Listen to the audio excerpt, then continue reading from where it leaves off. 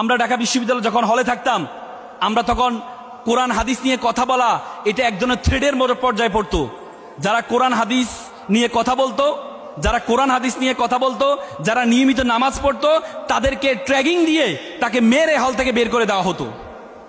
এজন্য আমরা ভয়ে অনেক সময় ফজরের নামাজ আমরা ভয়ে ওয়াশরুমে গিয়ে পড়তাম অনেক সময়। কারণ আমাকে বলা হতো, যারা এখন তোমরা বলতে পারো তারা কি নামাজ পড়তে দিত না, তাদেরকে নামাজ পড়তো। যারা টুপি পরবে, পাঞ্জাবি পরে তাবলিগ করবে, তাদেরকে নামাজ পড়তে দিবে। কিন্তু শার্ট প্যান্ট পরে তুমি স্কুল থেকে আসছো, তুমি যে নামাজ পড়ো, তারা তখন শিবিরের ট্যাগিং দিয়ে আমাদেরকে মেরে হল থেকে বের করে দেওয়া হতো। পোশাক কোথা থেকে আসছে? আমি সম্মানিত অধ্যক্ষ স্যারের সাথে কথা বলছিলাম, স্যারে বললো যে পোশাকের বিষয়ে বললো, উনি বললো যে পোশাক তো আসলে এটা তো অ্যারাবিক একটা পোশাক। আমাদের রাসূল যে পোশাক পরতেন, এই পোশাকটা ওইটা ওই সময়কার সকলে এই পোশাক পরতেন। আমি ওই দিন একটা হাদিস বললাম, আমি অবাক হলাম। তোমরা জানো আবু জেহেলকে হত্যা করেছিল ছোট দুই ভাই, মাজ এবং মুয়াজ। নাম শুনেছো? মাজ এবং মুয়াজ। মাজ এবং মুয়াজ যখন বদরের ময়দানে যুদ্ধে অংশগ্রহণ করেছিল, তখন তারা আব্দুর রহমান বিন আউফকে বলল, চাচা আল্লাহ রাসূলকে সবচেয়ে বেশি কষ্ট দিচ্ছে আবু জেহেল কোনটা? তখন আব্দুর রহমান বিন আউফ তখন ব্যাখ্যা দিচ্ছিলেন, হাদিসটা এভাবে আছে যে ওই দেখো বড় জুব্বা পরা, বড় দাড়ি পরা, মাথায় পাগড়ি, এই যে ঘোড়ার উপরে, এই লোকটি হচ্ছে আবু জেহেল।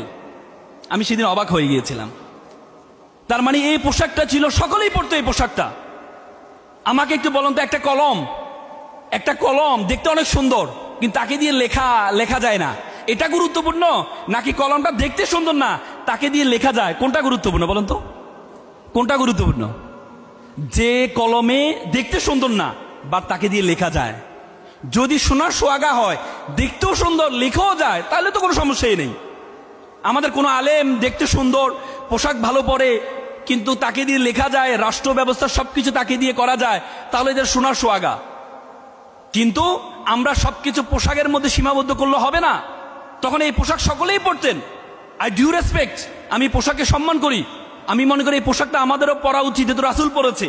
কিন্তু সেটা এমন না যে পোশাক পরলেই না পরলেই তোমার ঈমান থাকবে না, তোমার হবে না, এটা ঠিক না। তো এই জন্য আজকে কোরআন হাদিস আজ গত 16-17 বছর আমাদের সেভাবে ইউনিভার্সিটি আফ্রিকা গেটে বড় করে লেখা আছে, তুমি যদি কোনো জাতিকে ধ্বংস করতে চাও, ওই জাতির শিক্ষা ব্যবস্থার মধ্যে তুমি দুর্নীতি প্রবেশ করাও। সেই শিক্ষা ব্যবস্থা যদি কোনো ডাক্তার তৈরি হয়, সে ভুল চিকিৎসা করবে, লক্ষ মানুষ মারা যাবে। সেই শিক্ষা ব্যবস্থা যদি কোনো ইঞ্জিনিয়ার তৈরি হয়, সে ভুল বিল্ডিং তৈরি করবে, লক্ষ মানুষ মারা যাবে। সেই শিক্ষা ব্যবস্থা যদি কোনো রাজনীতি তৈরি করা হয়, সে ভুল প্ল্যান করে এই রাষ্ট্রটাকে অটোমেটিকলি